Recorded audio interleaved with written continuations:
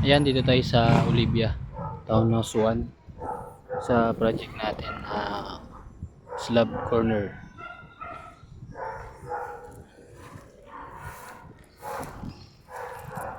Dumating na yung materials natin. Ayan, materials natin.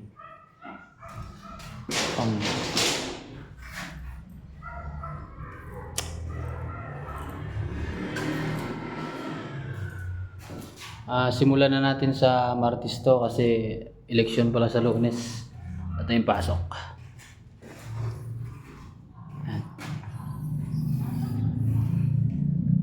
Sa taas yan magkaroon ng office, tapos yan silalim karoon dito ng hagdan. Yan, tapos garahe. Ito naman sa gilid nagawing kitchen to, tapos laundry area.